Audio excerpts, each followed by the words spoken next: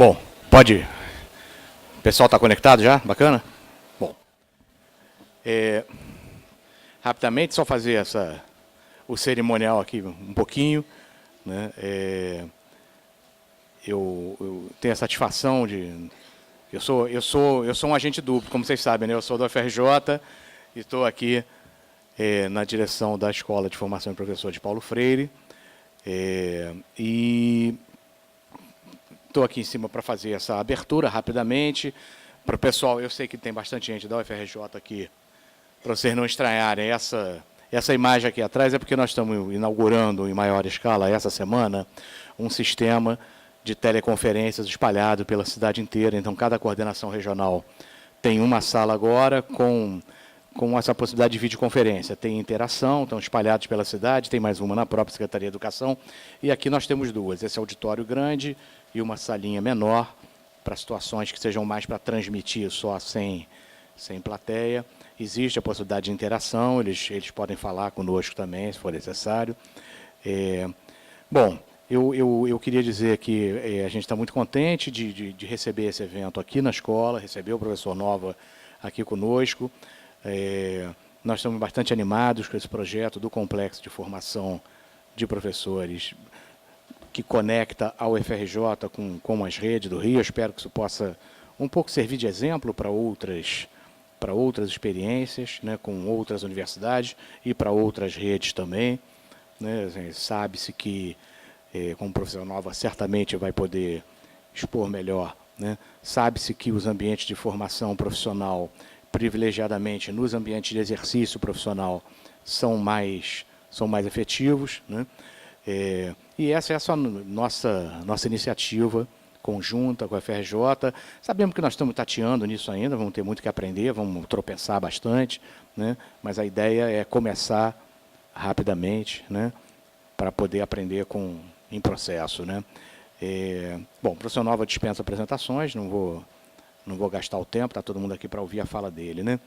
Vou chamar a Carmen, que está coordenando o processo do complexo, para dar rapidinho, para dar um oi só, para cerimonial, cara. Pô.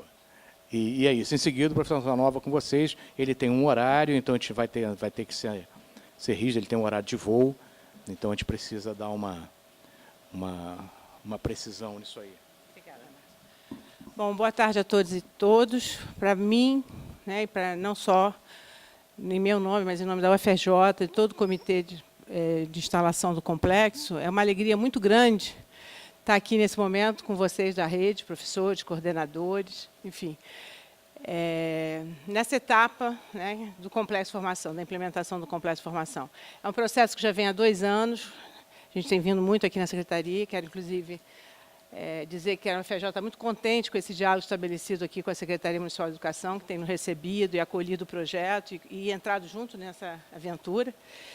E nesse dia, com a presença do Nova, que é, né, um mentor desse projeto, que participou desde o início, que ficou 1 ano lá com a gente, que é um projeto que vocês já devem, alguns, aliás, a grande maioria, imagino que já, né, que esteja aqui presente, já ouviu falar, já conversou com a gente esteve nas escolas, que é um projeto que a gente aposta muito nesse momento político do país, porque eu acho que ele traz aí um olhar que é o campo educacional, de uma maneira geral, os professores da rede gostam de ouvir, gostam de entrar nessa aventura, porque é isso de valorizar a nossa profissão, né? A profissão da docência, do professor de educação básica. Então, assim, é só para dizer essa alegria, eu, em nome da UFRJ, em nome do comitê de provisório, que é um comitê provisório de instalação que eu estou coordenando, que está aqui presente vários colegas, e dizer que a gente está muito, muito acreditando nisso e que só vai acontecer com vocês, né? Não é nem a revelia de vocês, é com vocês protagonizando esse projeto. Então, a gente tem certeza, eu não espero que a gente vai ter uma tarde muito bacana com a presença do professor Nova, que eu posso, por favor, chamá-lo aqui, porque todo mundo está aqui é para te ouvir, Nova.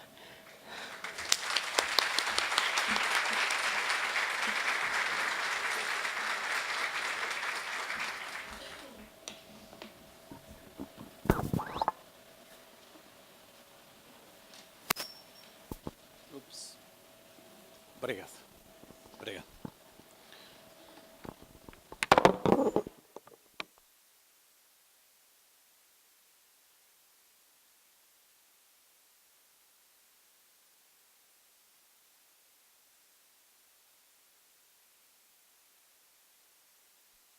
Obrigado e muito obrigado pela vossa presença, muito obrigado pelo vosso convite para mais uma vez conversarmos um pouco do complexo, cumprimentar o Márcio, o diretor desta escola, cumprimentar a Carmen, que está a ser uma das coordenadoras do complexo, e, enfim, todos os colegas e todas as colegas aqui presentes. Eu vou tentar fazer uma coisa muito simples, talvez excessivamente simples. Na verdade, ontem a tentar elaborar sobre algumas coisas, fiquei com a sensação que talvez seja simples demais o que eu vos vou dizer, mas, no entanto, eu espero poder tocar nos pontos essenciais do que é a minha leitura deste complexo da formação de professores, que, na minha opinião, é um projeto inédito e é um projeto de grande alcance. Não conheço nenhuma parte do mundo onde haja qualquer coisa parecida com isto que vocês estão a tentar fazer no Rio de Janeiro, e creio que, se o conseguirem fazer e conseguirem levar a bom porto esta iniciativa, é uma marca e um marco essencial no processo da formação de professores e, portanto, creio que essa mobilização é importante. Vou começar por uma breve referência às escolas, ao movimento educativo atual, muito ligeira, muito simples, excessivamente esquemática, para depois, na segunda parte, também de forma esquemática, deixar alguns apontamentos sobre o complexo. No que diz respeito à escola hoje, eu creio que todos reconheceremos que estamos a viver um tempo de metamorfose da escola. Estamos a viver um tempo de mudança da forma da escola. Que a forma da escola, tal como ela se consagrou no século XIX, há 150 anos, e de que eu muitas vezes tenho ilustrado através da invenção do quadro negro, porque o quadro negro não é apenas o quadro negro delimita um espaço, delimita uma maneira, uma atuação do professor, delimita uma arrumação dos alunos, delimita um determinado currículo e uma determinada estrutura metodológica, que esta forma escolar vai dar origem, dentro de muito pouco tempo, por boas ou por más razões, já lá iremos, vai dar origem dentro de muito pouco tempo a uma nova forma escolar. Que vai haver uma mudança da forma escolar, vai haver um processo de metamorfose da escola. E esta metamorfose da escola, na minha opinião, vai incidir grandemente sobre a construção de novos ambientes educativos. O conceito de ambiente, como metáfora, é um conceito que pode ser equívoco a vários níveis, porque eu de ambiente não estou a falar apenas do espaço. O ambiente não é o espaço. O ambiente é uma determinada concepção do que fazemos num determinado espaço, da posição das pessoas que estão nesse espaço e dos conteúdos ou do trabalho que se faz nesse determinado espaço. Um dos dramas da pedagogia, e talvez ele possa ser ilustrado de maneira exemplar pelo nome desta escola, não é? Escola Paulo Freire. Se vocês forem à base do pensamento do Paulo Freire, mas que no fundo reproduz o que é, para utilizar as palavras de John Dewey, uma espécie de um credo pedagógico do século XX, se vocês forem ao credo pedagógico do século XX, vocês encontram palavras como, estou a recorrer a algumas das palavras do Paulo Freire, a pedagogia da autonomia, que é preciso promover a autonomia dos alunos. A pedagogia da criação, da ideia que temos que ser criadores de coisas, temos que ser escritores, se quiserem, e não tanto consumidores de coisas, isto é, não apenas leitores. Uma pedagogia da pesquisa, uma pedagogia da escola ativa, uma pedagogia da diferenciação pedagógica, uma pedagogia da inclusão. Isto é, são palavras que todos dizemos e repetimos. O problema com essas palavras, ou com essas teorias, ou com esses métodos, é que dificilmente eles cabem dentro deste ambiente escolar. Dentro deste ambiente escolar é muito difícil caber a diferenciação pedagógica, ou caber a escola ativa, ou caber a escola cooperativa, a pedagogia da cooperação à maneira do Freinet, ou a pedagogia da comunicação, ou a pedagogia da pesquisa, dentro desta estrutura, que é uma estrutura que, obviamente, muito sinteticamente, se poderia definir pelas três perguntas clássicas, onde, o quê e o como, e bom, o onde é fácil de responder, isto é, é um espaço delimitado de uma escola fechada, organizada essencialmente em salas de aulas. O quê é fácil de responder também.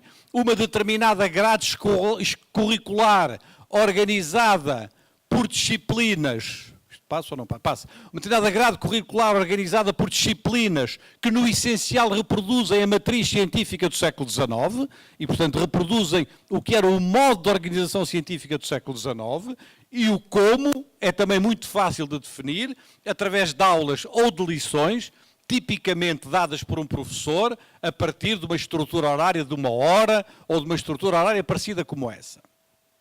O ponto que eu quero aqui discutir convosco, o ponto que eu vos quero aqui trazer nesta introdução, antes de chegar ao complexo, é que este ambiente educativo, aqui definido neste esquema aqui por trás, é um ambiente educativo que vai precisar de se alterar.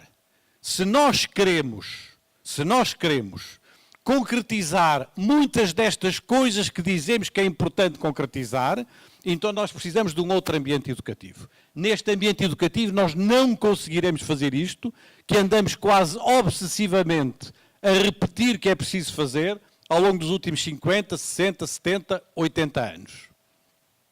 Era como se quiséssemos, eu dizia isso ontem, foi o que me veio à cabeça e agora vou dizer outra vez, não é? Era como se este ambiente fosse um ambiente, vamos dizer, uma piscina, e nós lançássemos para dentro de uma piscina as nossas criancinhas, pedindo-lhes para correrem. Dentro de uma piscina não se corre. Dentro de uma piscina, dentro de um ambiente de uma piscina, nada-se. E, portanto, o ambiente aquático, o ambiente líquido de uma piscina ou do mar, induz-nos, que mais não seja por sobrevivência, a nadar e não a correr. E, portanto, nós não podemos pedir a um determinado ambiente educativo que se faça lá dentro coisas que não se podem fazer lá dentro, não é? E eu acho que a pedagogia tem andado a pedir a um ambiente escolar, a uma determinada forma escolar, para fazer lá dentro coisas que essa forma escolar não permite.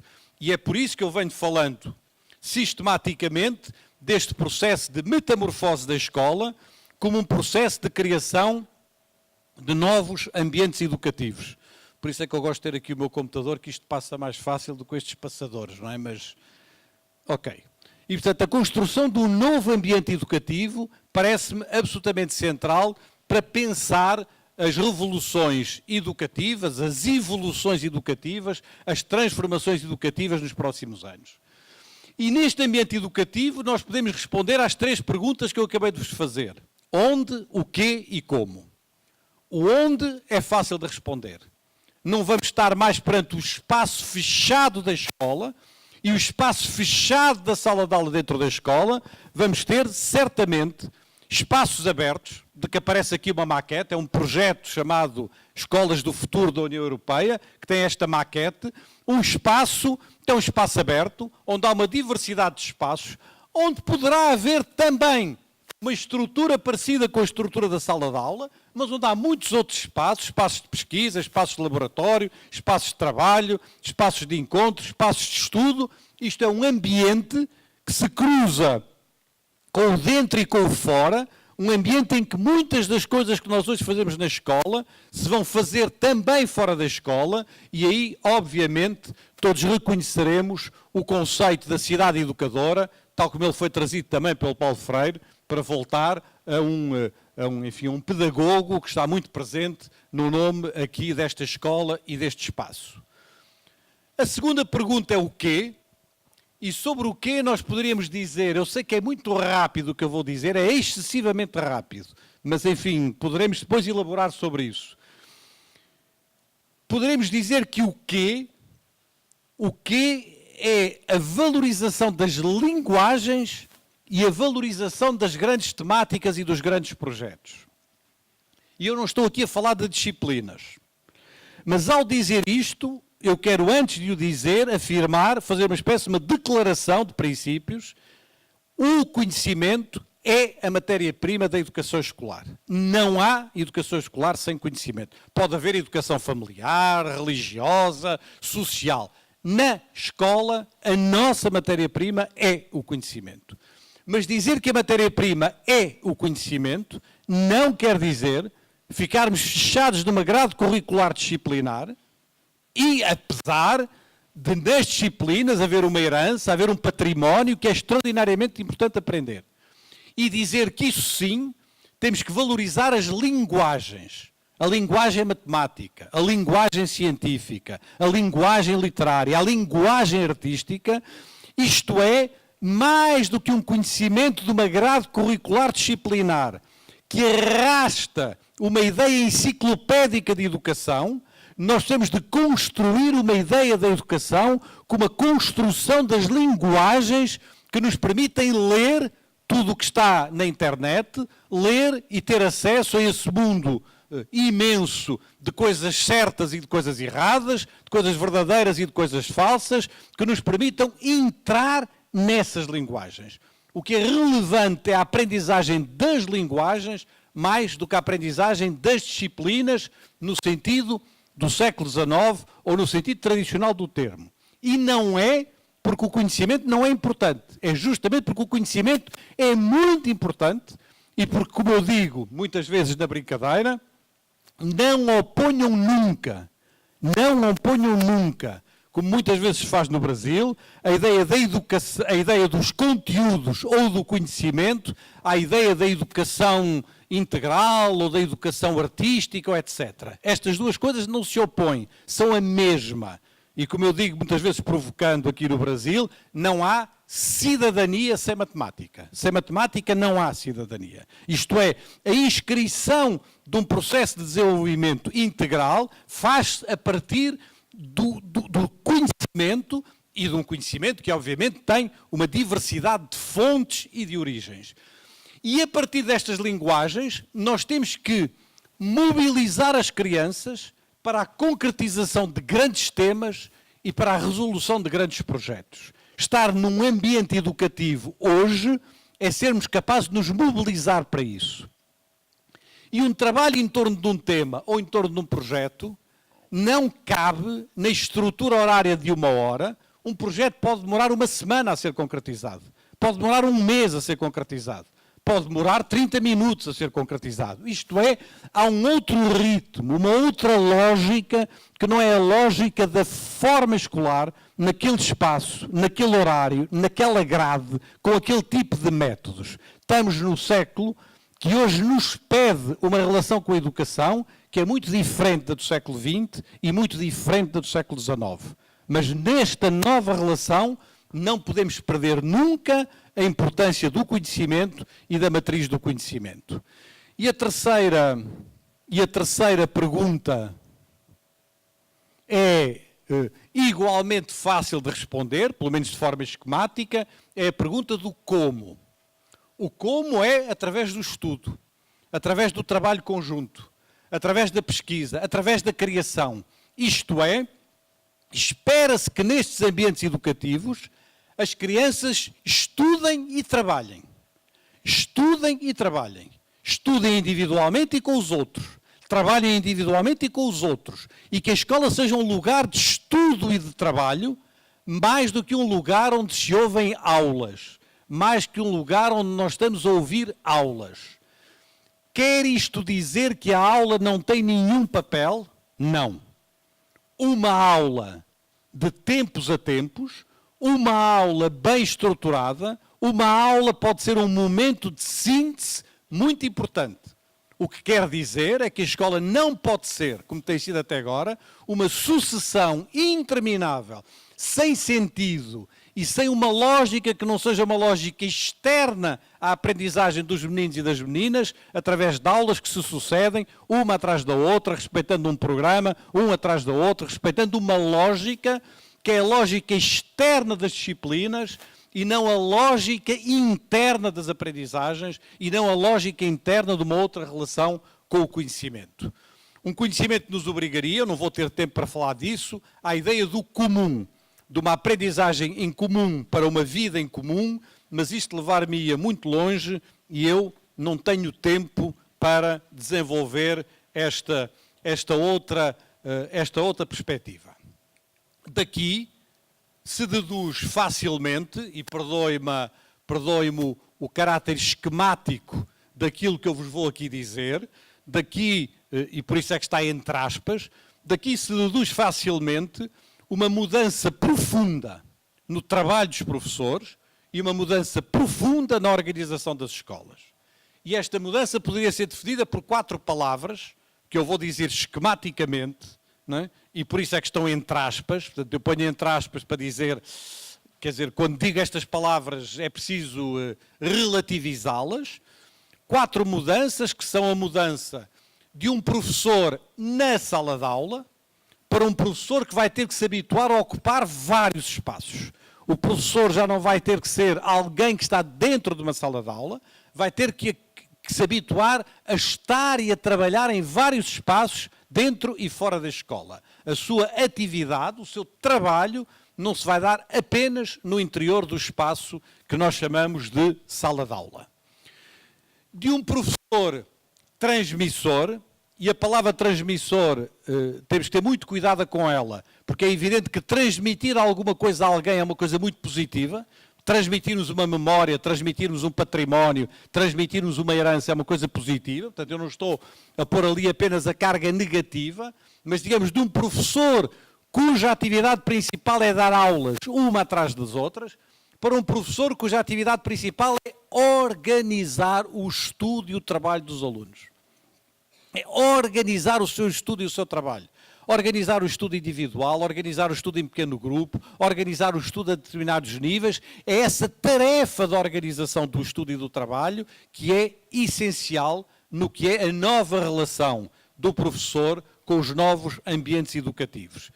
De um professor essencialmente enciclopédico, de um professor que sabia tudo, a erudição era saber muita coisa, era saber tudo, era ter... quer dizer, a pessoa culta no princípio do século XX era a pessoa que tinha a enciclopédia na sua cabeça. Esta era a pessoa culta. A pessoa culta era a pessoa que sabia muitas coisas, muitos dados, muitos elementos de muita informação.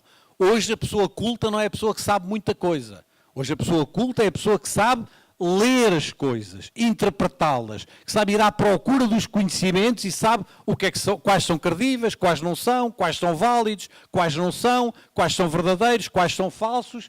E, portanto, nós estamos hoje a passar da ideia de um professor enciclopédico para um professor que eu designei ali por digital, e um professor digital não é necessariamente um professor que sabe muito de tecnologias, não é esse o meu ponto. O meu ponto não é a aprendizagem das tecnologias, é uma pessoa que percebe que estamos numa fase da nossa vida coletiva, estamos numa fase da nossa história, em que o digital nos coloca perante maneiras de pensar, de organizar o pensamento, de utilizar o cérebro, de comunicarmos uns com os outros, de acedermos ao conhecimento, maneiras de aprendermos que são muito diferentes do que eram há 20, há 30 ou há 40 anos atrás. As pessoas das neurociências têm-nos dito isso, as pessoas das psicologias cognitivas têm-nos dito isso, as pessoas da filosofia têm-nos dito isso. Precisamos de ouvir o que eles nos estão a dizer e, ao mesmo tempo, precisamos de ouvir o que as nossas crianças nos estão a dizer, isto é, o que todos os dias as nossas crianças nos estão a dizer sobre a forma como se mobilizam para um determinado processo de estudo e de aprendizagem. E, por último, uma das mudanças mais importantes e mais difíceis, e que na verdade é uma mudança que está no coração do complexo da formação de professores, a passagem de um professor individual, eu com os meus alunos na minha sala de aulas a dar a minha aula, para um professor coletivo, isto é, um professor que trabalha com os colegas, que organiza o trabalho dentro de uma escola, que organiza aquela escola, que organiza o conjunto das atividades, que aprende a trabalhar uns com os outros. E esta ideia da passagem do professor individual para o professor coletivo é certamente uma das transições mais importantes que vai trazer o novo ambiente educativo. O novo ambiente educativo, os novos ambientes educativos vão obrigar o professor a trabalhar em vários espaços, a ser sobretudo um organizador do trabalho dos alunos, a ser um professor capaz de perceber o mundo digital e a tirar daí as consequências para a sua relação com os alunos e, finalmente, capaz de atuar coletivamente com outros colegas e em espaços de maior, diríamos nós, colegialidade, isto é, de maior colaboração interprofissional. Estes novos ambientes educativos, e eu disse-vos no início da minha conversa, que eles não são necessariamente mais positivos do que são hoje, o processo da criação de novos ambientes educativos pode ser um processo altamente problemático para a escola. Em alguns casos, há muita gente hoje já a dizer que a escola se vai tornar irrelevante, ou que a escola se vai tornar uma instituição menor, ou que a escola se vai tornar uma instituição apenas para os pobres, porque os outros vão sair da escola, e há hoje muita gente já a sair da escola, há hoje muita gente a abandonar a escola, muitos meninos de elites que estão a ser educados noutras instituições ou através de outros processos, porque essas pessoas, esses grupos sociais, entendem que a escola não está a responder às suas necessidades, não está a responder inteiramente ao que eles entendem que é uma educação contemporânea.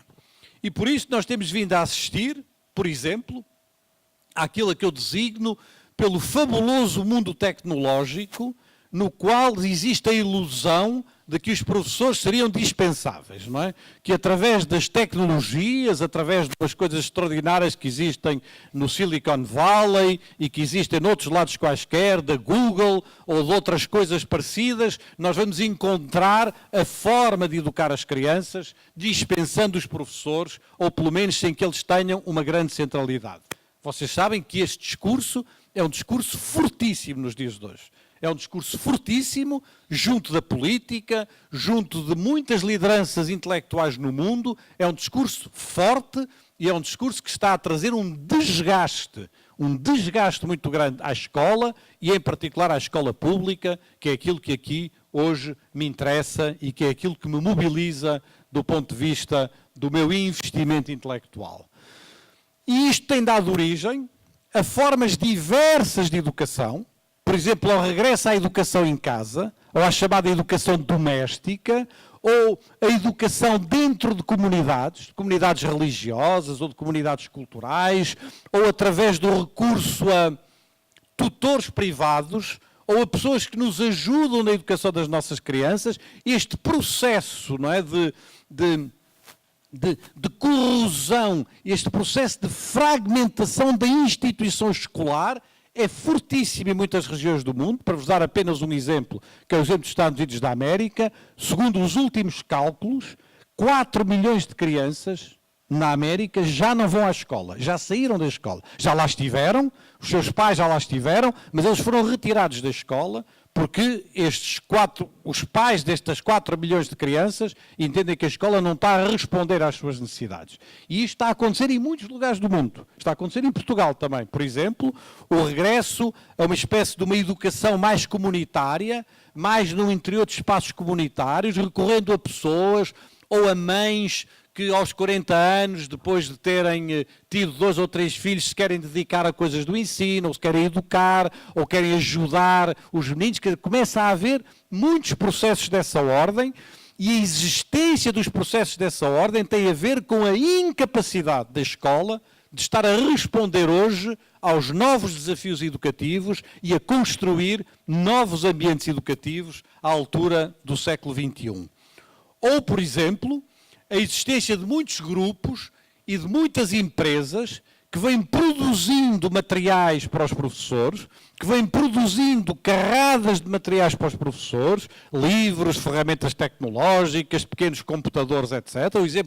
O exemplo maior eu dei ontem é o exemplo da África, onde estão a ser descarregadas milhões, centenas de milhões, milhões e milhões, dezenas de milhões de computadores, não é? Fabricados na América ou noutros lugares, que são postos nas mãos dos professores ou de supostos professores para que eles possam dar as suas aulas e as suas lições. E que, portanto, representa uma desprofissionalização dos professores, representa uma visão da profissão meramente aplicada, meramente técnica, professores que não têm que pensar, que não têm que refletir, que não têm que trabalhar uns com os outros e que se limitam a aplicar uns materiais quaisquer, produzidos por umas ONGs, produzidos por uns grupos, produzidos por umas empresas, produzidos por outra coisa qualquer, o que obviamente facilita o nosso trabalho no curto prazo, mas destrói a nossa profissão no médio e no longo prazo, não é? Ou até, como eu se falava ontem também num seminário que houve sobre o complexo, a existência de programas em que se recrutam na sociedade pessoas que não são profissionais docentes, mas que, em algum momento, são tidos como uma espécie de colaboradores. Vamos buscar à sociedade pessoas que são engenheiros, ou que são arquitetos, ou que são médicos, ou que sabem alguma coisa de literatura, ou que sabem alguma coisa de história, e vamos-lhes dar tarefas docentes. Não lhes chamamos professores, chamamos-lhes colaboradores, não é? Mas, no fundo, eles estão a ocupar tarefas que deviam pertencer aos professores e à profissão docente. Ora bem, a base do discurso, da narrativa, dos princípios, dos fundamentos que nos juntam aqui no complexo de formação de professores são o contrário disto. As bases que aqui nos juntam são as bases das pessoas que acreditam no reforço da escola e da escola pública, no reforço e na centralidade da escola e da escola pública, no reforço e na centralidade dos professores e da sua profissionalidade. Uma escola e uma escola pública que vão ter que viver noutros ambientes educativos, com certeza. De dizer isto não é defender uma escola do passado, é defender uma escola e uma escola pública capazes de renovarem, de recriarem, de reinventarem os ambientes educativos. Dizer isto não é dizer os professores que estão lá parados a fazer a mesma coisa todo o tempo, é dizer uma profissão que é capaz de se reinventar, que é capaz de refletir sobre o seu trabalho, que é capaz de fazer coisas diferentes, mas sem nunca pôr em causa esta dimensão da escola pública, da importância da escola enquanto instituição das sociedades contemporâneas e da profissão docente enquanto uma profissão central no espaço da escola. Este reforço da escola e da sua profissionalidade, passou um a mais, tem a ver com a criação, implica inevitavelmente a criação de um novo ambiente na formação de professores. O meu argumento hoje, estou aqui na transição da primeira parte da minha conversa para a segunda parte, e esta transição é feita pela ideia não conseguiremos ter um novo ambiente educativo se ao mesmo tempo não tivermos um novo ambiente na formação de professores. Isto é, a existência deste ambiente na formação de professores vai ser essencial para que da formação nasça um novo ambiente educativo e vice-versa. Que no momento em que estamos a produzir um novo ambiente educativo, isso seja formador para os futuros professores. Esta relação dialógica entre o ambiente educativo e o ambiente da formação de professores é absolutamente central no que é, enfim, a narrativa, no que é a construção e o pensamento que está por trás do complexo da formação de professores. No fundo, são estes os fundamentos do complexo da formação de professores, e esses fundamentos passam pelo diagnóstico, que eu não vou aqui fazer convosco outra vez, mas é o diagnóstico de dizer as universidades não estão a ser capazes de formar os professores, as universidades não dão centralidade às licenciaturas, as universidades sozinhas não conseguem formar os professores, e portanto há um diagnóstico crítico sobre o que as universidades, e em particular as universidades públicas, têm feito, e a coragem de dizer é preciso fazer de outra maneira. Temos que construir outra coisa, e temos que construir outra coisa coletivamente com as escolas. É essa a segunda parte da conversa que tenho para partilhar convosco. Temos de construir, como fomos dizendo os colegas da UFRJ e os colegas do Rio de Janeiro, uma rede onde está a universidade, mas onde estão também umas tantas escolas, certamente que não poderão ser, não sei quantas escolas tem o município, 1.500, ou não poderão ser as 1.500 escolas do município, mas serão 30, serão 40, serão umas tantas escolas do município, certamente muitas aqui representadas, que umas tantas escolas estaduais, umas tantas escolas federais, que no conjunto da cidade do Rio de Janeiro, cidade aqui no seu sentido da polis, que no conjunto da cidade do Rio de Janeiro se construam em rede para formar uma casa comum da formação e da profissão. Reparem que eu não estou a falar apenas em casa comum da formação, nem em casa comum da profissão. Estou a dizer casa comum da formação e da profissão. O que quer dizer que não há formação sem profissão, e que não há profissão se essa profissão não estiver envolvida na formação. E que a relação entre a formação e a profissão é uma relação absolutamente essencial para pensarmos as escolas e para pensarmos os novos ambientes educativos. Estou a dizer até um pouco mais, estou a dizer que esta relação entre um grupo de escolas municipais, estaduais, federais, em ligação com a universidade, neste caso com o FRJ, é absolutamente decisiva para construir uma ideia de escolas que são formadoras. Estas escolas que aderirem ao projeto do complexo têm que assumir uma vocação formadora não apenas dos seus alunos, mas vocação formadora dos seus professores e vocação formadora dos futuros professores de educação básica. Elas têm que se assumir como escolas que são formadoras, em ligação com uma universidade que tem de assumir a formação de professores como uma das suas prioridades estratégicas.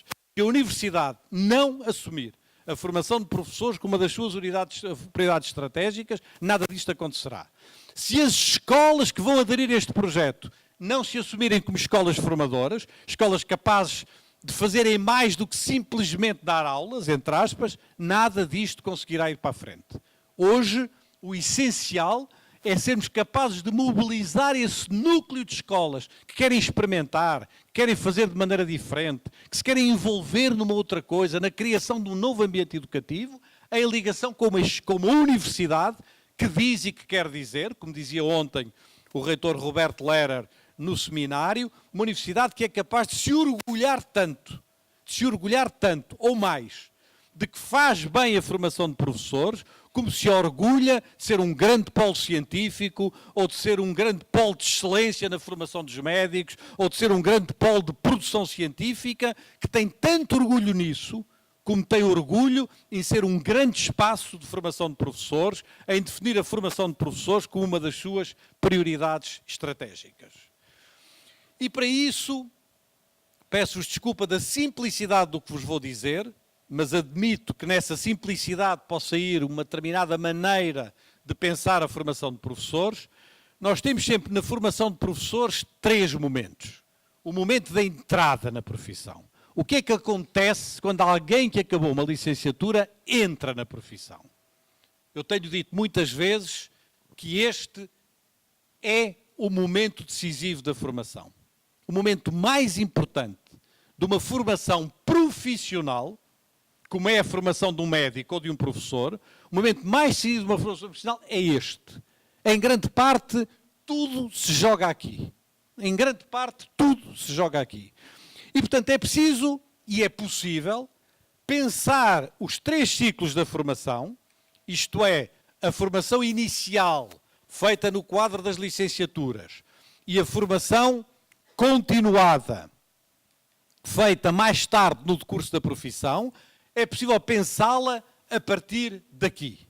Se nós encontrarmos uma maneira de fazer isto bem, se encontrarmos uma maneira de fazer isto corretamente, nós saberemos facilmente o que é preciso fazer para trás e o que é preciso fazer para a frente.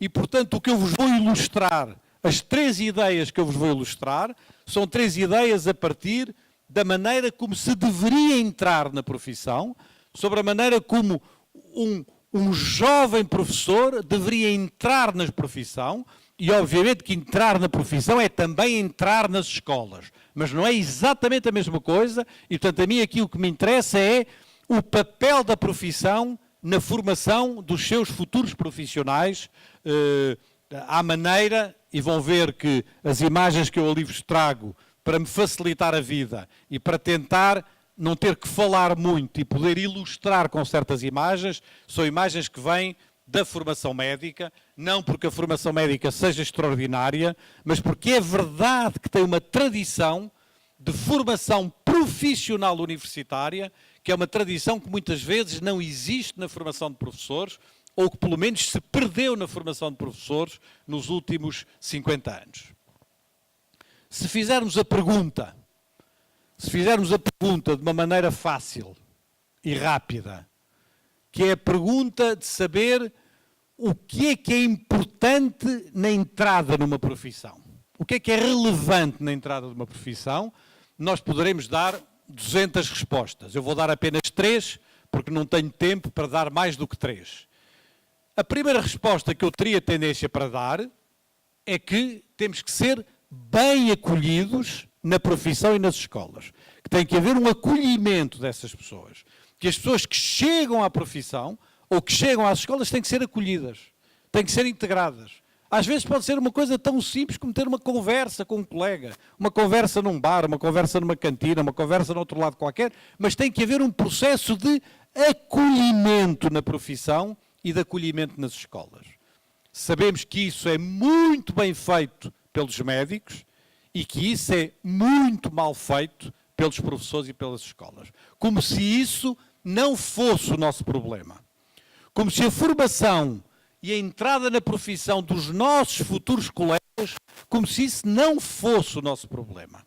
O que eu vos posso dizer é que isso é o nosso problema e é até deveria ser uma das principais prioridades de todos nós, o acolhimento dos jovens professores, o acolhimento daqueles que agora estão a chegar à profissão. Segunda resposta, para a entrada na profissão, sermos capazes de valorizar a importância do conhecimento profissional docente.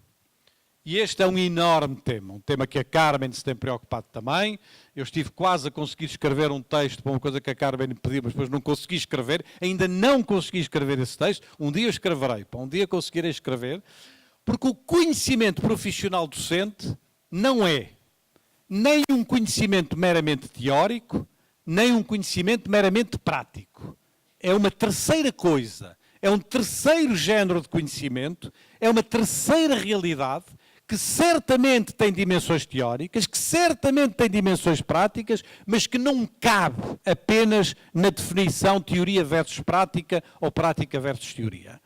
A pessoa, e eu sei que o Márcio é um leitor também dele, que na minha opinião melhor trabalhou sobre isso, é um norte-americano chamado Lee Shulman, que foi a pessoa que melhor se aproximou de definir o que são os contornos deste conhecimento profissional docente, que, a meu ver, é essencial. Entrar na profissão é entrar num conhecimento profissional docente, é entrar num conhecimento que está na profissão. E vocês dirão, mas esse conhecimento é rotineiro, mas esse conhecimento é conservador, mas esse conhecimento... Quer dizer, não sei se é. Isto é, terá uma parte disso. Todas as profissões têm uma parte de conservadorismo e é bom até que o tenham. É bom que o tenham, não é? Mas as profissões têm que ter uma capacidade de renovação e elas só se podem renovar a partir de uma reflexão sobre este conhecimento profissional docente, que seria a minha segunda resposta.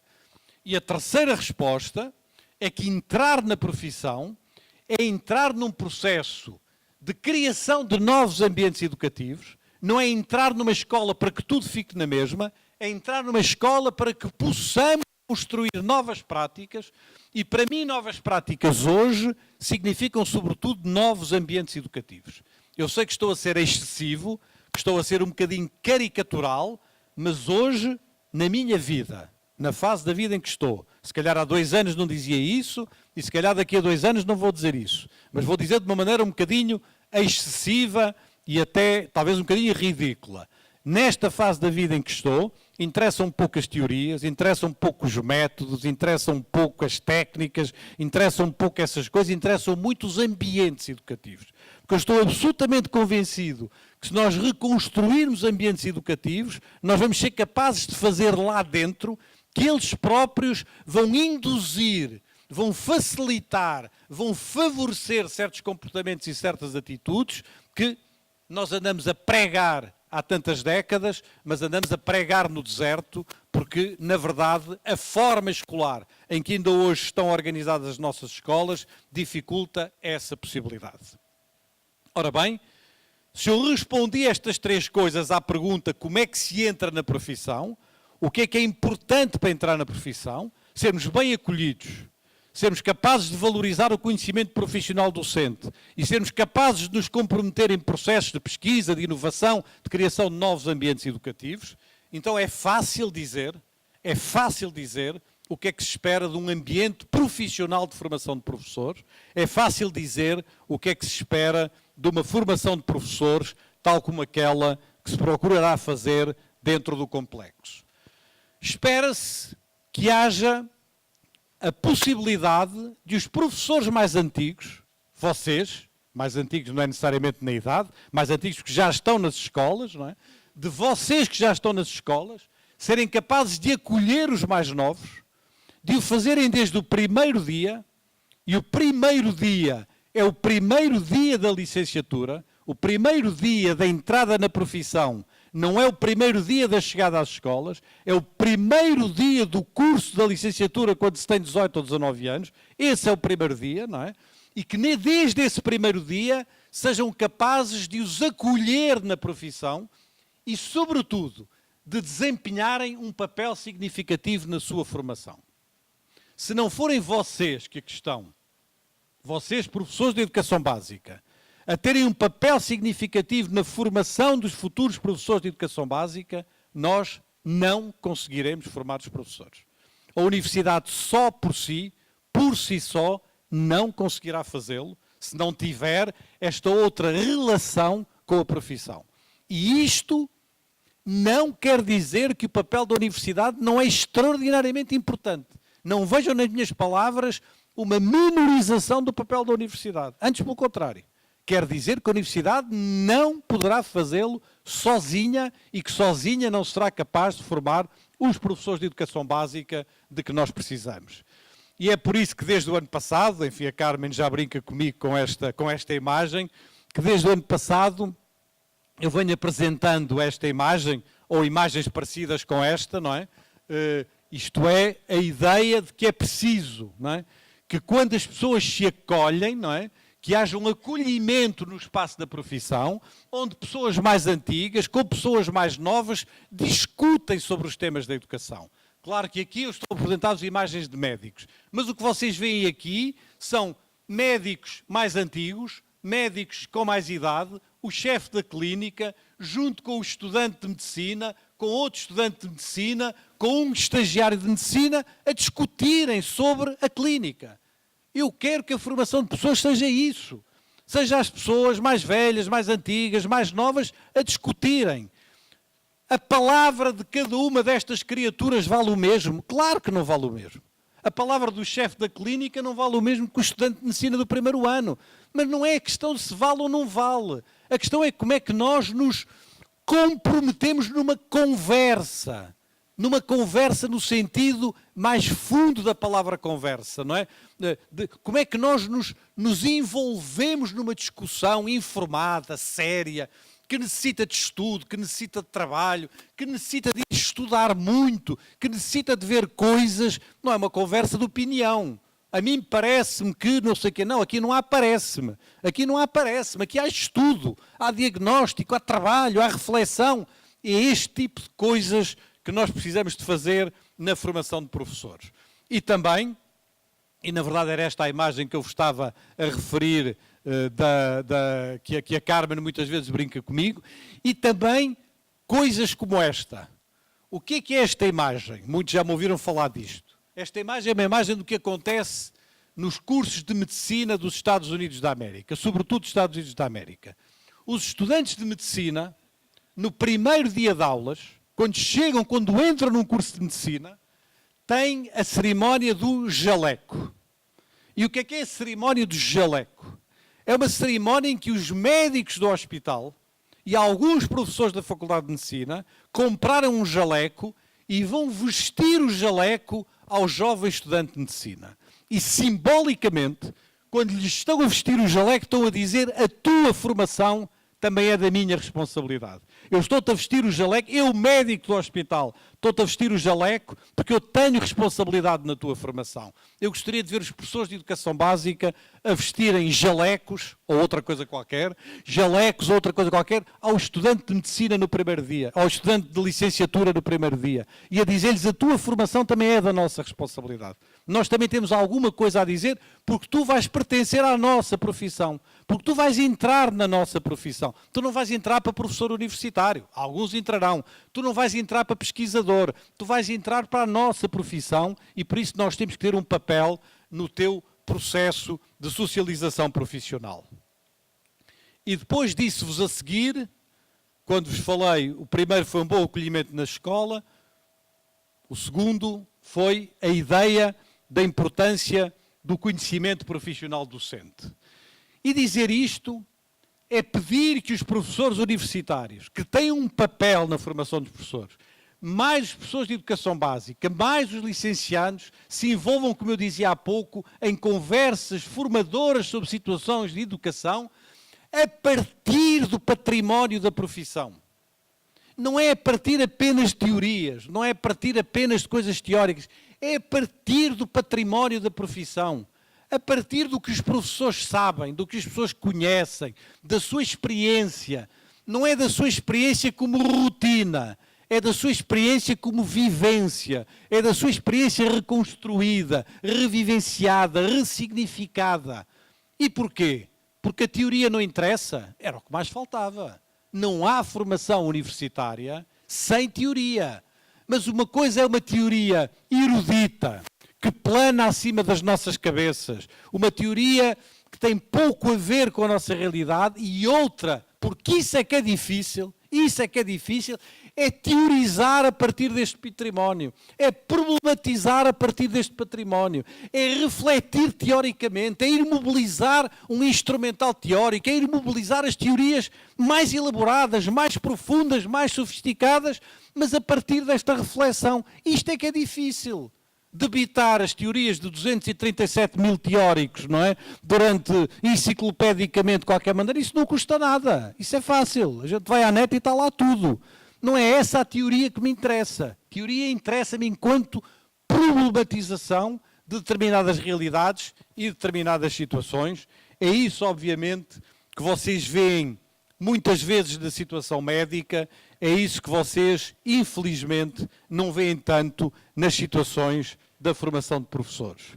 E por último, estou mesmo a terminar, a terceira resposta, que era a resposta da importância da pesquisa, da importância da pesquisa e da inovação pedagógica na construção de novos ambientes educativos.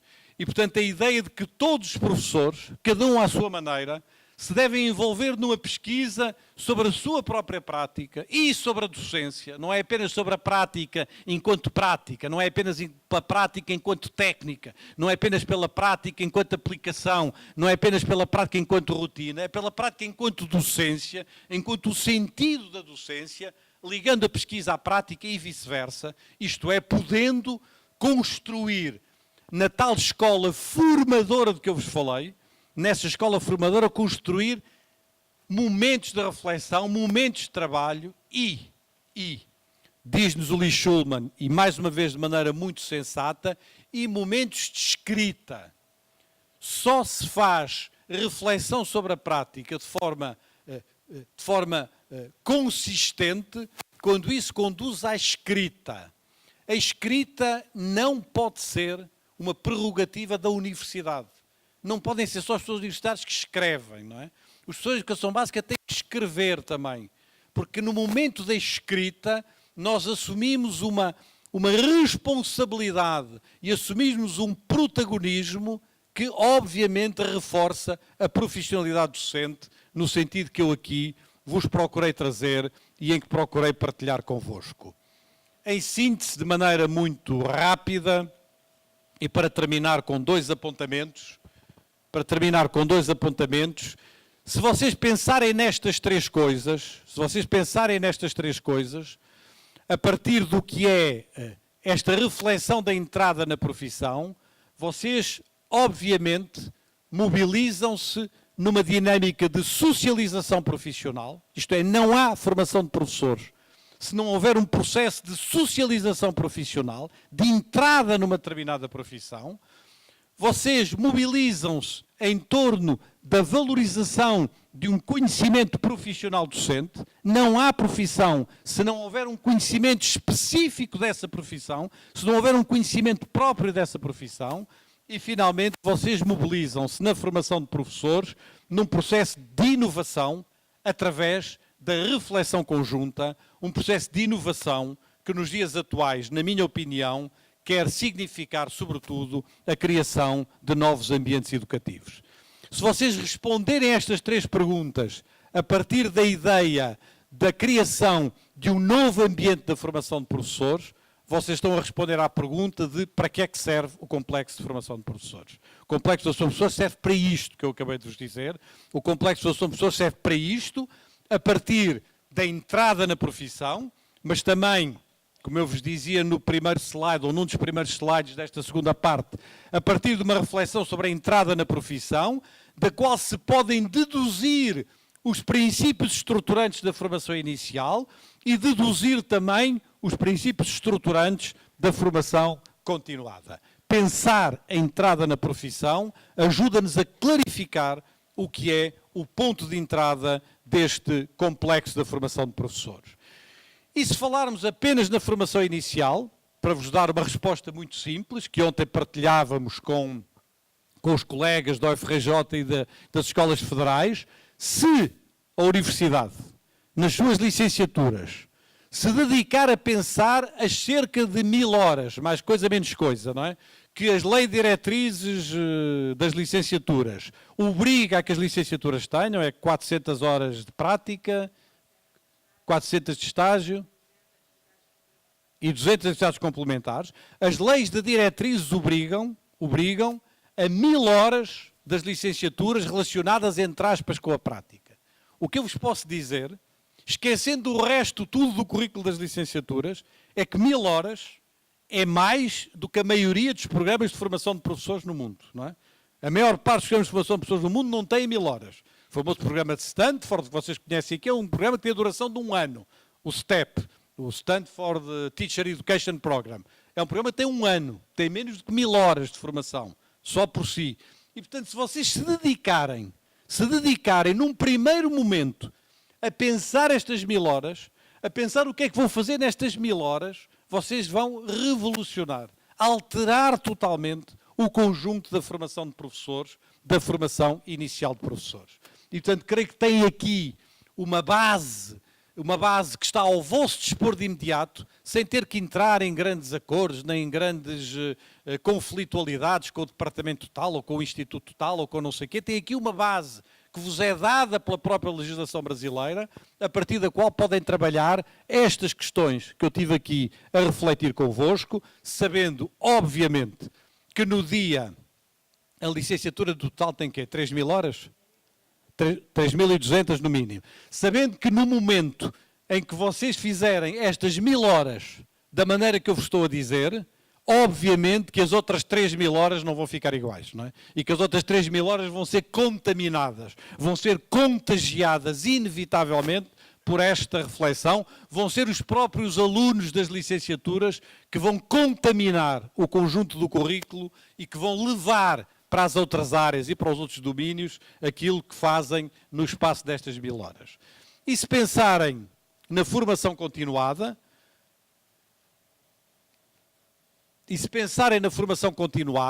vocês percebem, obviamente, que têm nas escolas que aqui estão presentes, pela ligação direta com a universidade, um potencial enorme de pesquisa, de pós-graduações, etc., e que o próprio decurso do vosso trabalho, das tais escolas formadoras que eu falei, é um campo potencial para que haja especializações, pós-graduações na universidade, para que as pessoas que participam no trabalho deste complexo possam ser parte da universidade, como a universidade é parte das vossas escolas, e que tudo isto se faça de uma maneira extraordinariamente fácil, de uma maneira ligeira, de uma maneira, não conversei isso com a Carmen, e portanto posso estar a dizer uma barbaridade, em que muitas das aulas, das especializações, das pós-graduações possam ter lugar nas vossas escolas e não necessariamente na universidade, em que possa haver uma capilaridade das formações, uma capilaridade das pesquisas, em que sobretudo,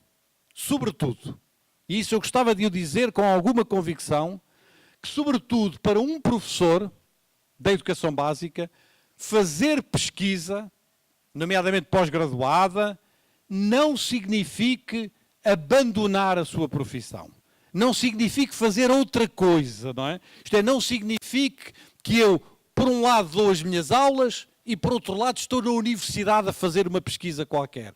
Que sejam a mesma coisa, que seja o mesmo trabalho, que a pesquisa contribua para criar novos ambientes educativos, para criar novas práticas, que este processo não seja um processo dicotómico, como se nos tivéssemos de afastar do investimento nas nossas escolas para agora ir fazer um mestrado sobre a teoria XPTO, mas que essa ligação fosse uma ligação intrínseca à profissão e que estas coisas estivessem juntas no mesmo processo.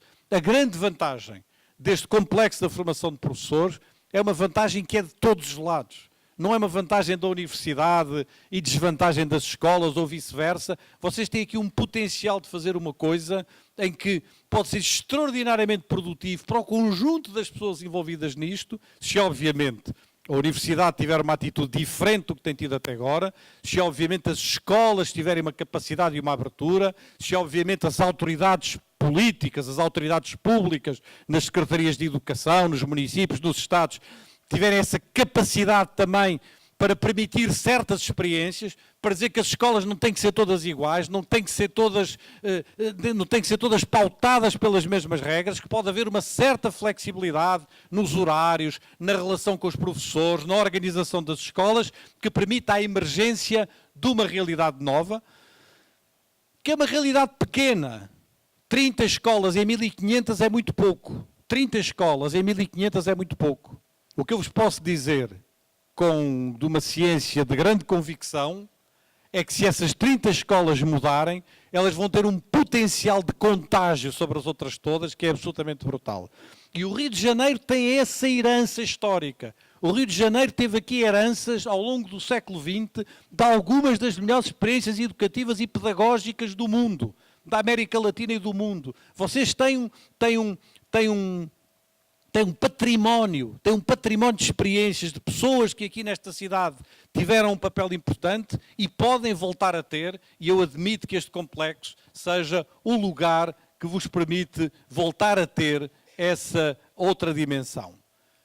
Para isto, e por aqui termino, são os meus 2 últimos slides, para isto é preciso, obviamente, que o complexo, como o reitor Roberto Lehrer tem dito muitas vezes, seja uma nova institucionalidade.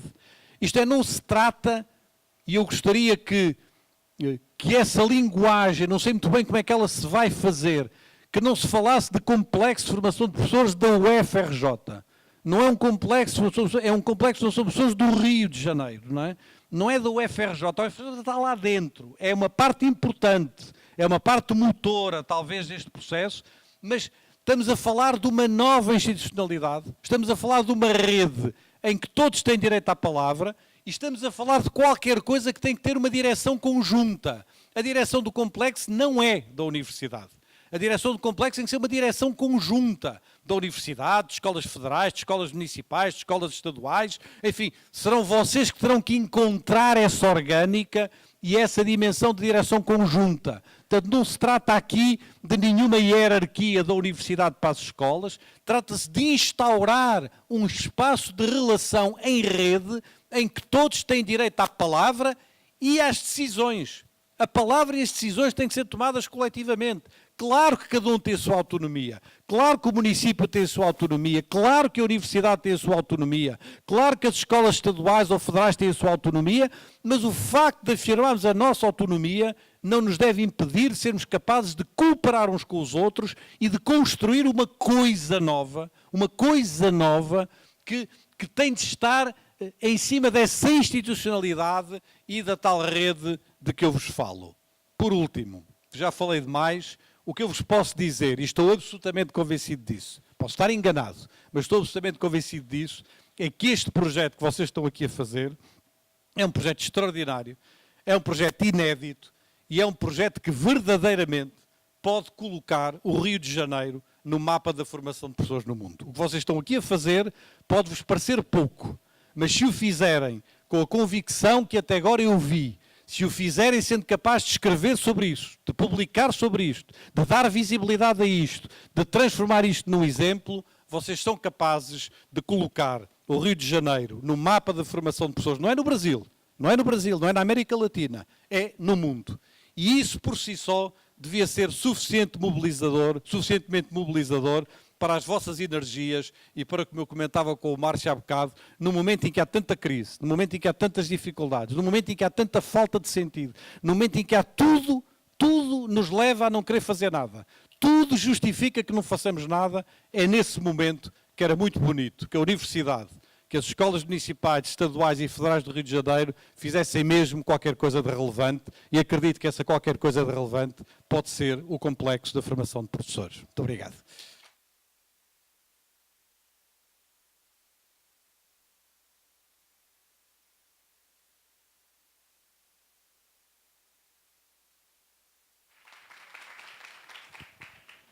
Bom, muito obrigado, professor Nova. Estamos todos empolgados com a sua empolgação, né? Assim, a gente tem uma meia hora, mais ou menos. Ele tem um voo daqui a pouco. Aliás, vocês podem ir juntos, viu, para o aeroporto. Ele tem um voo daqui, tem que sair daqui no máximo às 4, mas tem uma gravaçãozinha antes para fazer com a Multirio, uns 5, 10 minutos, uma entrevista. Então, a gente tem uma meia hora, mais ou menos, para umas questões. Eu não sei, a gente estava prevendo abrir para as CREs também? Estava previsto isso? Então, podíamos começar por ali? Vai ter que ser muito breve, né? Porque meia hora é pouco. Como é que tem uma fila aí? Como é que está? Qual? 11ª primeiro? 11ª, CRE? Cadê? Pronto. Não, essa é a 4ª, né? 11ª, está ali. Vamos lá. Está com o som aberto aí? Quer uma cadeira? Não? Tá bom. Não, vai lá, pode ir. Boa tarde, meu nome é Ana Maria. Primeiro, eu queria agradecer o privilégio de poder ouvir o professor Nova, porque é um sonho de uma vida.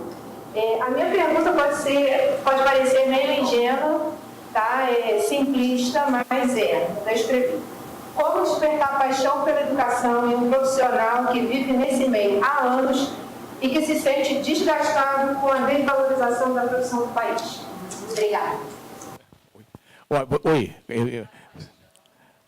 Ela está falando dos profissionais que estão desmotivados, né? É isso, basicamente, né?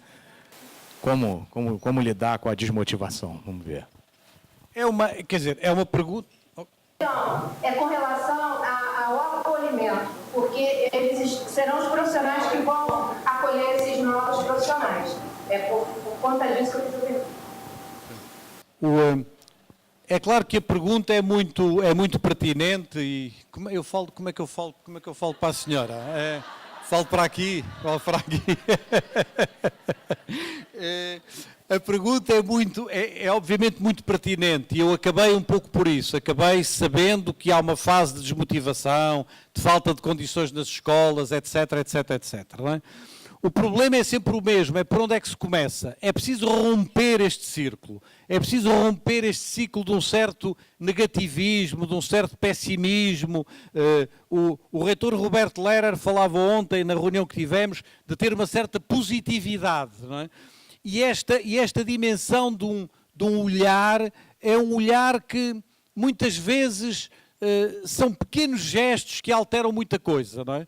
E a capacidade de termos esses pequenos gestos vai nos levar a outros caminhos, vai nos levar a outras dinâmicas. A possibilidade, por exemplo, de ter um dia em que o reitor da UFRJ ou outra personalidade possa acolher os estudantes da licenciatura, possa dizer-lhes em nome da universidade que ele considera que aquele é um dos discursos mais importantes, se não o mais importante da universidade, e lhes passar essa mensagem. Podemos achar que isto não vale nada, que são só palavras, mas isto vale muito e vai criando uma dinâmica de prestígio e uma dinâmica de motivação. Eu falava há pouco com o Márcio e com outros colegas que eu, como reitor da Universidade de Lisboa, fiz um processo de transformação da universidade no momento da maior crise de Portugal, da maior crise. Os professores tinham acabado de perder, de um dia para o outro, 25% do seu salário, não é? Havia todas as razões para nós não fazermos nada, mas foi justamente porque havia todas as razões para nós não fazermos nada que nós fizemos tudo. E que dissemos, nesta altura, nós temos uma responsabilidade perante o nosso país. Temos uma responsabilidade perante a sociedade e vamos tentar fazer essa mobilização. E daí nascem motivações e daí nascem outras coisas que muitas vezes nos ajudam a superar um dia-a-dia, que eu sei que é um dia-a-dia dramático, que é um dia-a-dia difícil, mas acredito também que se houver vontade das autoridades públicas, do município, dos estados, da universidade, etc., nestas escolas e neste ambiente se podem criar incentivos, se podem criar estímulos, se podem criar ligações à universidade, se podem criar aberturas para as pós-graduações, se podem criar um conjunto de outras oportunidades que certamente mesmo agências nacionais de fomento, mesmo agências de diversa ordem, não poderão ficar indiferentes a um projeto destes e assim se vão dando os passos. Quer dizer, é como tudo na vida, é preciso dar o primeiro passo, é preciso ter, como dizia o Jean Kelevich, um grande filósofo de origem francesa, é preciso ter a coragem dos começos. Eu acho que o que vocês estão aqui a manifestar nesta sala e na vossa participação neste complexo é a coragem dos começos e depois se verá o que vem a seguir, quer dizer, e julgo que é importante ter a visão que esta colega tem, uma visão crítica da situação atual das escolas e da profissão, mas que esta visão crítica nos deve servir para nos mobilizarmos mais e não para nos mobilizarmos menos. Obrigado. Oi, tá? Bom. Agora a 10ª CRE, pode ir entrando? Só enquanto a 10ª CRE entra, essa é a 11ª. Só enquanto a 10ª CRE entra, só para dizer que a gente, não só essa experiência com a FRJ, mas nós estamos fazendo uma experiência no formato STEP, que o professor mencionou, com a Universidade de Stanford também, e nós temos uma iniciativa de acolhimento dos novos professores, né? Estamos fazendo sistematicamente ao longo desse ano, os novos professores todos que entraram estão recebendo um acolhimento diferenciado e os depoimentos são muito animadores, na verdade, deles, né? Bom, vamos lá, 10ª CRE. Antes de você falar, só para anunciar, o professor, não estou vendo, o professor Eduardo Serra está aqui, pró-reitor de graduação da UFRJ, está presente.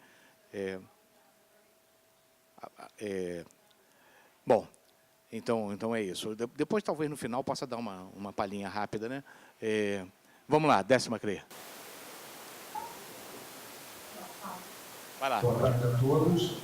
Boa tarde, professor Antônio Nova. A minha pergunta segue na seguinte direção. Dada a inovação de todo esse processo, especificamente, o que me chamou a atenção é a questão dos espaços educativos.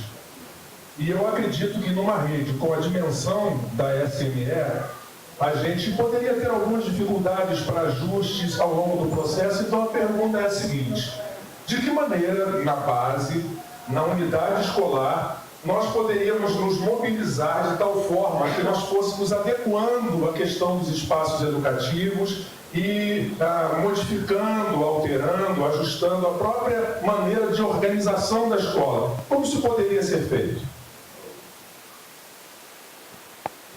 E eu estou numa... Nós quando nas nossas fases da vida temos momentos diferentes na nossa vida e temos e damos num certo sentido respostas diferentes, não é? Eu estou numa fase da minha vida em que acredito muito pouco, para não dizer que não acredito nada, não é? Em reformas, em leis, em regulamentos, em coisas nesse estilo. Portanto, eu não acredito em processos de mudança que decorram desse tipo de lógicas. Acredito em processos de mudança que decorrem da pequena experiência, que decorrem de 2 ou 3 colegas, de 2 ou 3 ou 4 professores que se juntam, que conversam entre eles, que começam a fazer de maneira diferente, que começam a romper algumas barreiras, que começam a pôr as suas aulas em conjunto, que começam a partilhar os seus espaços e a fazer de maneira diferente. É nisto que eu verdadeiramente acredito. E quando vocês olham para experiências, vou dizer apenas uma, porque é a mais conhecida aqui no Brasil, como a Escola da Ponte, foi isso que aconteceu na Escola da Ponte. Foi um dia o Zé Pacheco que falou para o colega do lado, e se a gente fizesse de maneira diferente? Pá, mas de maneira diferente como? E se organizássemos aqui o espaço, se a gente, aqui estas salas de aulas, se as puséssemos em conjunto, Estás maluco, vamos pôr agora 2 aulas em conjunto e depois tu estás a dar matemática, eu estou a dar português, é uma confusão enorme. Mas a gente articula-se um com o outro e pensamos um com o outro e organizamos, e tu podes estar a fazer uma coisa, eu posso estar a fazer outra. E foi assim, de passo, em pequeno passo, 2 colegas, 3 colegas, depois passaram para 10, depois veio a escola toda, e assim de pouco em pouco se foi experimentando e se foram reconstruindo ambientes educativos, novas maneiras de trabalhar, etc. E, portanto, a minha ideia do ambiente educativo não vai... que não esperemos por nenhuma lei, por nenhuma reforma, por nenhuma mudança do currículo que nunca dá nada, por nenhuma coisa, nenhuma solução mágica de um método extraordinário que vai agora, não sei o quê. Eu acho que há aqui umas coisas no Brasil que vocês falam numa coisa qualquer do invertida, não é? Não sei o que é invertido, não é? Há uma sala de aula invertida ou não sei o que é invertido. Quer dizer, não vai ser por nenhum desses lugares, vai ser pela capacidade de os professores trabalharem uns com os outros e conquistarem uma certa autonomia nesse processo. É por isso que a palavra autonomia da escola e a autonomia dos professores é uma palavra muito importante, porque obviamente que nós por vezes queremos fazer coisas e depois temos um trabalho, temos um horário docente, temos a carga horária, temos uma estrutura de prestação de contas, temos uma estrutura até de relação com a família. Nunca se esqueçam que a escola, tal como ela existe, na sua forma escolar, foi construída em cima de uma mudança do trabalho no século XIX, que foi a sociedade industrial e a maneira como o trabalho se organizou, que obrigou a ter uma escola assim, de tantas horas a tantas horas, para as famílias poderem ir trabalhar, para as famílias poderem deixar as crianças num determinado lugar, e portanto eu sei que estas mudanças são mais complexas do que parecem, mas o que eu acredito é no pequeno passo, na pequena experiência, na pequena colaboração, na pequena capacidade de irmos a partir de uma determinada autonomia da escola e do nosso trabalho, irmos construindo realidades novas e diferentes, irmos reconstruindo os ambientes educativos. Agora é a nona CRE. Cadê a nona? Está lá. Pronto. Vamos lá. Vai? Não, Boa tarde, professor Antônio Nova. Eu sou Letícia da nona CRE, assistente na GED, e a gente está aqui em equipe pensando sobre a sua fala. Eu gostaria que o senhor continuasse falando um pouco a partir de uma questão que envolve o início da sua fala, quando o senhor aborda a questão do ambiente educativo. Pensando em formação de professores, como esse ambiente educativo ele pode impulsionar essa nova identidade docente? Porque se a gente vai pensar sobre um novo espaço educativo, um novo projeto de escola, a gente também precisa pensar sobre essa nova identidade docente que se constitui. E aí, pegando um pouco da discussão que o senhor fez ano passado com o seu artigo, que organizado pela professora Gisele Cruz, pensar um pouco dessa identidade a partir do conceito de posições que o senhor aborda. Quer dizer, eu adoraria poder fazer uma outra palestra, mas não... Quer dizer, o tema que coloca é um tema muito importante, é um tema que me diz muito, porque justamente eu acredito também que a maneira como temos pensado a identidade docente, nomeadamente a partir das capacidades, das competências, das habilidades, do saber fazer, do saber ser, do saber não sei o quê, não é a melhor maneira de pensar a identidade docente. E foi aí que eu, enfim, trouxe essa ideia da posição. Isto é, como é que se desenvolve a minha posição profissional? Como é que eu construo uma posição profissional como docente? E isso, a meu ver, é o que, sem ter falado nesse conceito nesta fala, esteve sempre presente e esteve sempre subjacente nesta fala.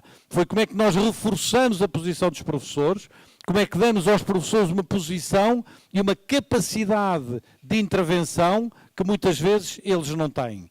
E essa posição é, na verdade, a reconstrução de uma nova identidade docente, em que eu procurarei esboçar ali alguns elementos. O elemento mais forte que ali foi esboçado da identidade docente tem a ver com a passagem de uma identidade individual para uma identidade coletiva, como aconteceu com as outras profissões universitárias, os médicos, os advogados, os engenheiros, os arquitetos, e ainda não aconteceu com a profissão docente, continua a ter uma matriz muito individual, às vezes mesmo muito individualista, e que precisa para reconstruir uma outra identidade docente.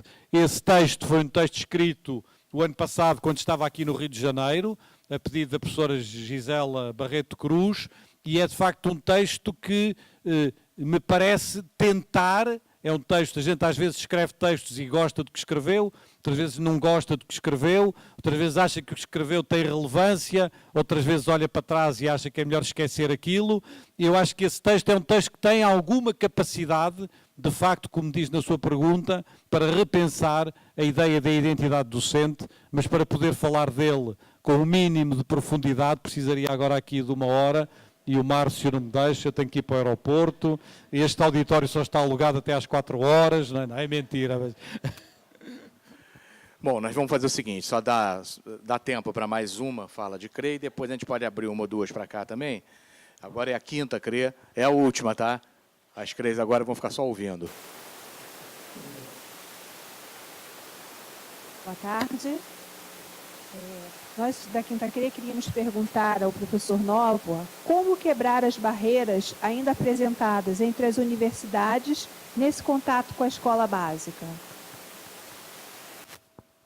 Essa eu acho que é, os americanos têm sempre, quando a gente diz que uma pergunta é muito difícil, eles dizem, é a pergunta que vale $1 milhão, não é? Quer dizer, isto é, se a pessoa tiver a responder, $1 million, não é? A resposta é uma resposta muito difícil, mas é, na verdade, a pergunta que faz, que verdadeiramente não é uma pergunta, é uma espécie de uma declaração, que eu subscrevo inteiramente, essa vai ser o teste decisivo do complexo da formação de professores. O teste decisivo para saber se o complexo vai para a frente ou não vai para a frente, se ele tem sucesso ou não tem sucesso, se ele constrói uma realidade nova ou não constrói uma realidade nova, o teste decisivo vai estar na pergunta que a pessoa da 5ª CRE, não é, acabou de fazer, se é possível ou não é possível construir, reconstruir uma outra relação entre os professores universitários, entre a universidade e as escolas. O que vos posso dizer é que quando vocês olham, por exemplo, para um campo como a medicina, e por isso é que eu trouxe aqui, essa relação é diferente. Essa relação, a relação entre os professores universitários de medicina e os jovens estudantes de medicina, ela tem também como ponto de referência os médicos do hospital. Sem médicos do hospital, não haveria nenhuma... Quem faz a mediação formadora dos médicos são os médicos do hospital, não são os professores universitários. E, portanto, essa mediação é feita pelos professores de educação básica ou, como eu disse ali no princípio, não teremos formação profissional dos professores. Teremos outra coisa qualquer. Teremos formação intelectual, teremos formação metodológica, teremos formação de outra coisa qualquer, não teremos formação profissional. Porque só há formação profissional se a profissão lá estiver dentro. Se a profissão for um dos espaços de mediação dessa formação, eu acho que a sua pergunta, que se dirige mais à professora Carmen do que a mim, não é? Se dirige mais a nós todos, num certo sentido, é a nossa pergunta, não é?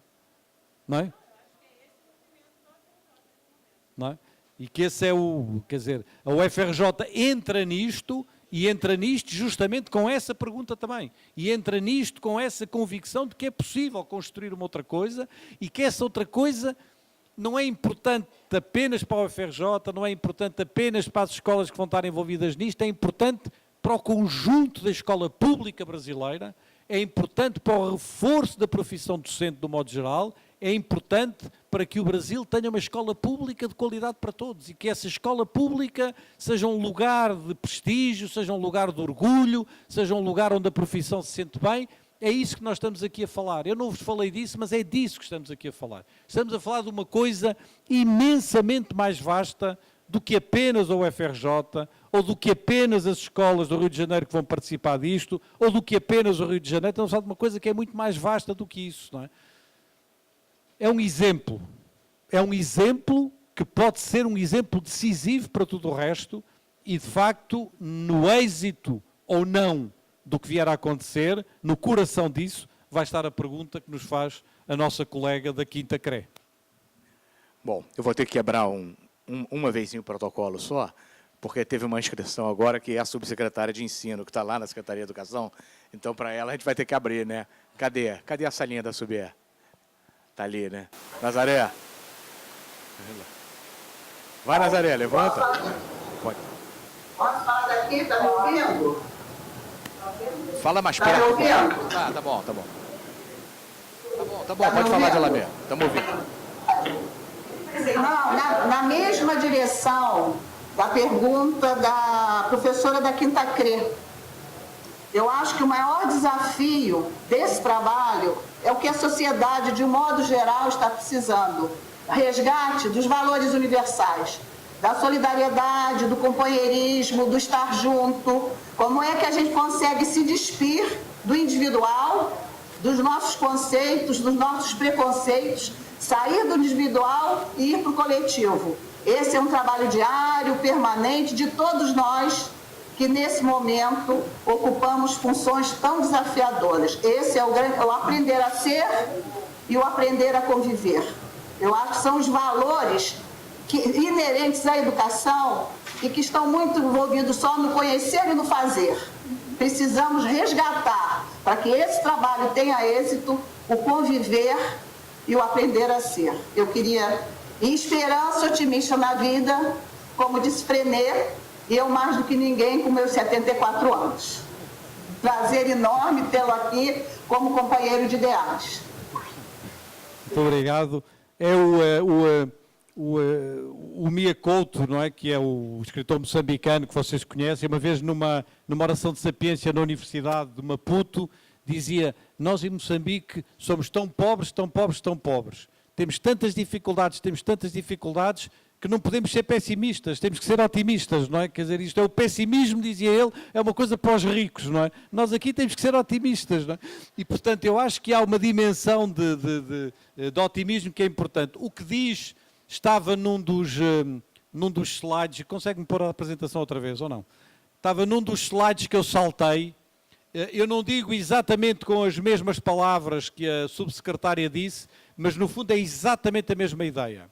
Nós temos hoje um dos problemas maiores da educação, não sei se é o maior ou não, mas é certamente um dos maiores,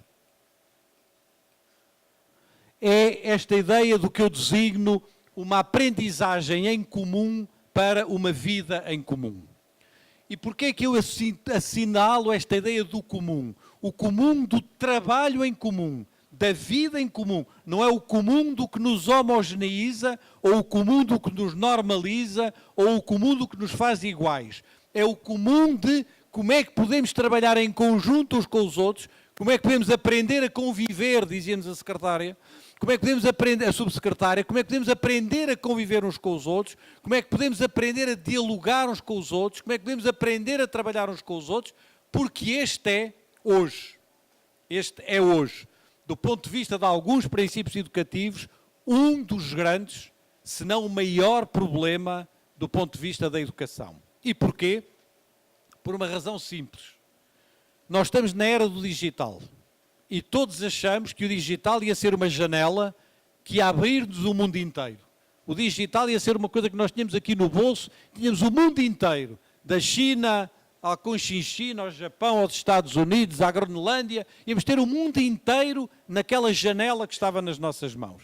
E na verdade temos, Mas o problema é que o mundo era tão grande que nós estamos a ir, sobretudo os nossos jovens, estamos a ir à procura dos nossos semelhantes. Estamos a ir à procura na internet daqueles que pensam como nós, que acreditam nas mesmas coisas, que gostam das mesmas coisas, que têm os mesmos gostos, que têm as mesmas crenças, que têm as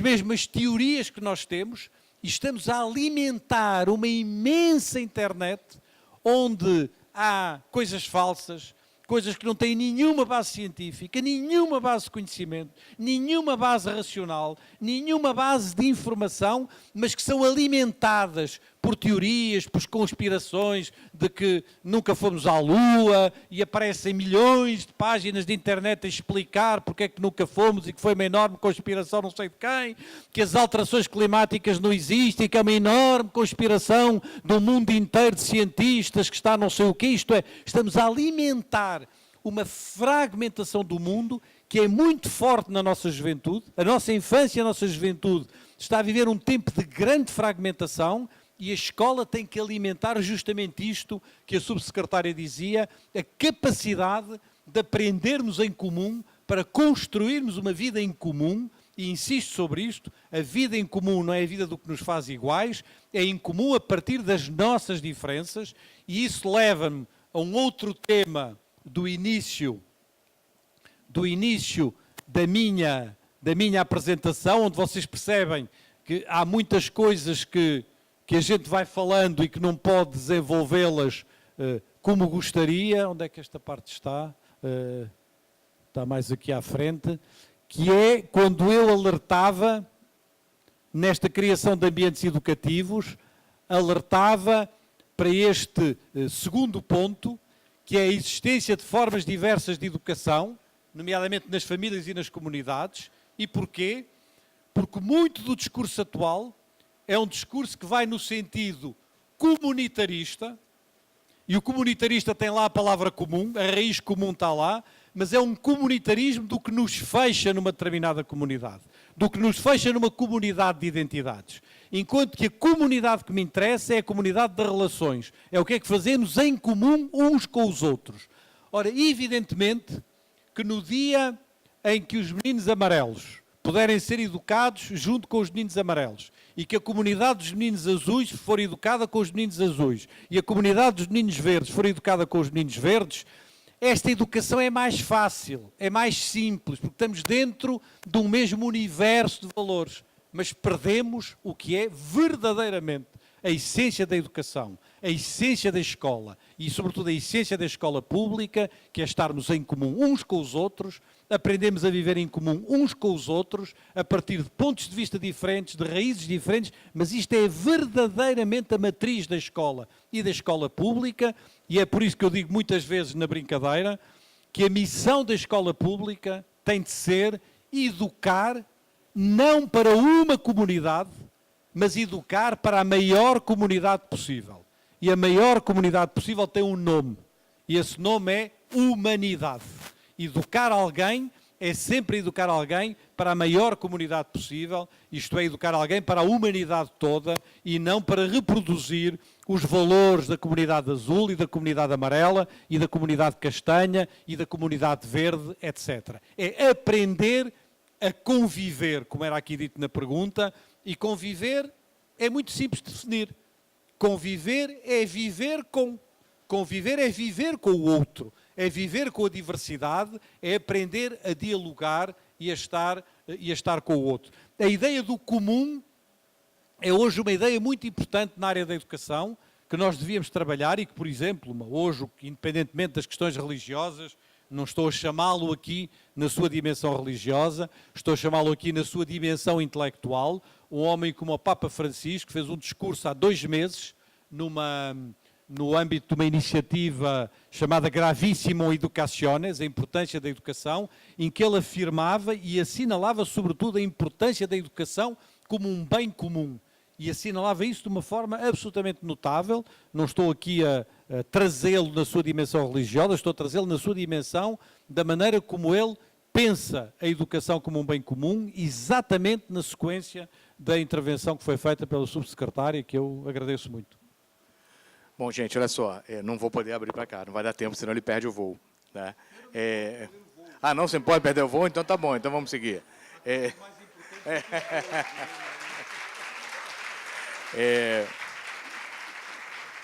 Acho que a gente pode pedir ao professor Eduardo Serra para dar uma palavrinha, tem que ser rápido também, senão ele tem que ele tem que gravar uma entrevista de 3 minutos ainda aqui para Multirio. 3 minutos? 2 minutos. Ele tem que gravar. Eu não vou subir ao palco por razões óbvias. Né? Boa tarde a todas e todos presentes. Ao contrário do que eu Quando está acabei lá de embaixo, afirmar, a eu gente vou já ter pensa que que ele subir está ao no palco, palco. não é? Porque ele é tão grande, mas não é? Então, boa tarde a todos e todas. Uma satisfação muito grande estar aqui. Queria dizer que, no âmbito da UFRJ, essa é uma tarefa considerada prioritária para a nossa gestão. Ela foi colocada antes da nossa posse e ela envolve diferentes áreas da universidade que já trabalha com ensino fundamental e médio, colégio de aplicação, com a Escola de Educação Infantil, que tem 14 programas de pós-graduação em ensino voltados para a formação de professores, que tem 32 licenciaturas presenciais, 3 licenciaturas à distância, que tem trabalhos de extensão, de formação continuada, está aqui a professora Márcia representando a PR5. É um trabalho que nos empolga, e nós temos encontrado dentro da universidade, nas diferentes unidades, mesmo naquelas que não têm curso de licenciatura, nas decanias, muito apoio, muito entusiasmo. É uma tarefa que se nos apresenta bastante complexa e num momento difícil, como o professor falou, quando, na sua experiência de fusão de 2 grandes universidades portuguesas, um momento de crise absoluta, nós também vivemos um momento muito difícil, em que a educação vem sendo atacada na sua materialidade, nos salários, nas verbas, mas também na sua concepção, como também foi muito bem colocado pelo professor, de fragmentação da escola, fragmentação da profissão do professor, de descaracterização da profissão do professor. No entanto, esses são momentos muito ricos. E nós temos certeza que essa iniciativa, que é muito forte, que coloca no mesmo plano diferentes formas de construção de conhecimento, diferentes formas de saber. A proposta de colocar em conjunto professores das redes do ensino fundamental e médio, professores universitários, é uma proposta extremamente rica, porque contribui para uma nova forma de construir o conhecimento, que é a troca, é o compartilhamento de experiências, é a criação de experiências em conjunto. E cria também um espaço que é um espaço político, é um espaço de reflexão sobre a educação, é um espaço de defesa de uma concepção de educação integral, para uma formação integral e crítica do cidadão. A palavra é para a humanidade, um projeto de humanidade que evoluirá certamente com a evolução também da educação nesse sentido. Esse projeto tem tudo para se transformar, para transformar a insatisfação que já existe na sociedade com os rumos da educação em indignação, e a indignação em vontade política coletiva. Esse é um projeto que pode perfeitamente unir segmentos diferentes da sociedade, visões partidárias diferentes, em função de uma grande meta, que é uma educação inclusiva, de acesso universal, de alta qualidade, pública, gratuita e voltada para um tipo de desenvolvimento que diga respeito aos interesses da grande maioria da população, da classe trabalhadora, para se construir um país mais justo. Esse projeto pode ser um grande passo para o Rio de Janeiro, para o Brasil, e eu diria, como o professor falou, para o mundo. Obrigado.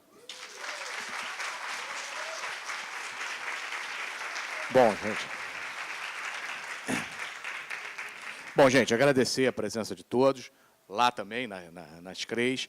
Essa é uma iniciativa legal, né? Na segunda-feira, a abertura da nossa... Nós estamos fazendo uma semana de educação socioemocional aqui, e a abertura foi feita por um professor da FRJ, o professor Roberto Lente, da Biofísica, que fez uma palestra sobre a ciência da neurociência, tudo ligado à educação.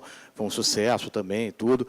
Esse espaço que a gente tem aqui, né, com essa possibilidade de conexão, dá para falar para 1.000 pessoas, 1.200 pessoas ao mesmo tempo. Né? Quer dizer, essa é uma experiência que a gente pode aproveitar muito mais, na verdade. Né? Não só com a FRJ, com as outras universidades do Rio também. Né? Enfim, é isso. Então, a agenda anda pesada, anda concorrida, mas vocês podem se candidatar também, né, a gente promover coisas conjuntamente, né, podendo falar para a rede. Essa malha de pontos de contato, na verdade, pode eventualmente receber pessoas, não apenas pessoas que são das próprias CREs, apenas professores, pode receber. Hoje de manhã, numa sessão que a gente teve aqui, apareceu uma ideia de fazer uma intervenção junto a pais de estudantes e que poderia usar essa mesma malha também, e poderíamos estar conversando com 1.200 pais de estudantes ao mesmo tempo da nossa rede. Né? Oi. Você precisa fazer um agradecimento? Então, vem cá, vem fazer. Bom, é isso. Depois não volto mais, não. Depois, e eu estou preocupado que ele tem horário mesmo, viu? Bem, rapidinho, meu nome é Graça. Eu queria primeiro agradecer ao professor, dizer que a gente fica muito feliz como comitê de ter tido essa ideia, né, de fazer essa aula, quase uma aula inaugural de complexo de formação, aproveitando, sugando o professor que está aqui, né, professor que veio ao Brasil. Queria fazer um agradecimento muito especial à Morgana e à equipe dela, que receberam a gente aqui com muito carinho, que a gente sabe que com empenho especial. Né? E agradecer a todo mundo que está aqui, deixar uma sugestão aqui, que já que foi tudo gravado, que os professores da rede possam ter acesso, né, nas reuniões pedagógicas a esse vídeo hoje dessa aula do professor Nova. É isso, professor. Muito obrigada mais uma vez. Tá?